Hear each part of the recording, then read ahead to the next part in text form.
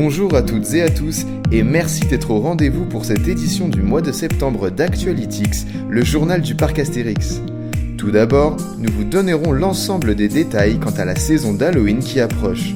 Puis, nous reviendrons sur la saison estivale qui s'achève avant de faire une petite mise à jour des informations concernant les nouveautés du parc pour les années à venir. En chaque mois de septembre, c'est l'événement que l'on attend, Peur sur le parc, à savoir la saison d'Halloween du parc Astérix, qui est devenue au fil des années de plus en plus populaire. Mais une question était sur toutes les lèvres, quel sera l'impact de la crise sanitaire sur cette saison d'Halloween ? Eh bien, sachez tout d'abord que l'événement est bel et bien maintenu et aura lieu du 3 octobre au 1er novembre 2020 pour notre plus grand bonheur. Concernant les attractions, il s'agit là encore d'une bonne nouvelle, puisque les 4 maisons hantées seront ouvertes. Pour rappel, il s'agit de la Maison de la Peur, de la Colère d'Anubis, de Mission Perdue et des Catacombes. Le Passe-Peur, permettant d'accéder à ces 4 maisons hantées sans attente, sera disponible à la vente au prix de 25 €. Les attractions redécorées sur le thème d'Halloween, à savoir le Chemin des Sorciers ainsi que les Chaudrons Infernaux, seront également de retour.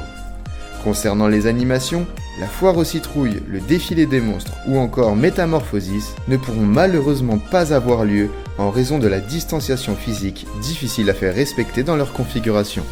Cependant, le spectacle Magna Maleficus sera bien joué au théâtre de Panoramix et les animations dans les rues de Paris resteront présentes tout en s'adaptant aux nouvelles règles sanitaires. Enfin, compte tenu du contexte, les nocturnes et journées prolongées ne pourront pas avoir lieu. Le parc s'organisera donc autour de journées classiques de 10h jusqu'à 18 ou 19h. Passons à présent à un petit bilan sur la saison estivale qui vient de s'achever et qui a vu bon nombre de changements s'installer sur le parc. En plus des marquages au sol ainsi que des points de distribution de gel hydroalcoolique présents un peu partout dans le parc, c'est surtout la nouveauté Philotomatix qui a drastiquement changé l'organisation et la gestion du flux de visiteurs. Cette nouvelle application de file d'attente virtuelle a rencontré un large succès auprès des visiteurs car elle permet en effet d'accéder aux attractions majeures du parc sans attente physique et donc de pouvoir faire plus d'attractions dans la journée. Reste à savoir si ce dispositif restera opérationnel dans les mois et années à venir. Enfin, la bonne nouvelle de cette saison estivale est que le parc n'a été que très peu touché par la crise grâce à ses fidèles irréductibles. En effet, le parc a enregistré une très bonne fréquentation et peut ainsi garder la tête hors de l'eau. Ces bons résultats vont lui permettre de maintenir les projets de nouveautés pour les années à venir et il est à présent temps de faire une mise à jour des informations à ce sujet. Concernant le Future Coaster, l'ouverture prévue est bien confirmée pour 2023 et bonne nouvelle, le chantier vient de démarrer.